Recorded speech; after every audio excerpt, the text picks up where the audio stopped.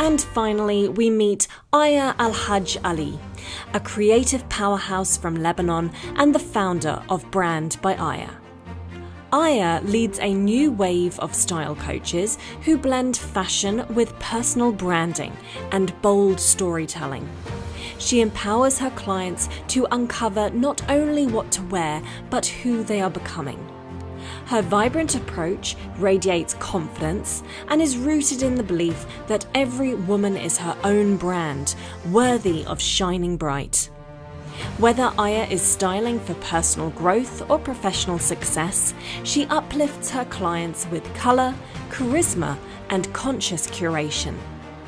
Aya is a change maker for the modern era, and we're so proud to honour her amongst our regional finalists this evening.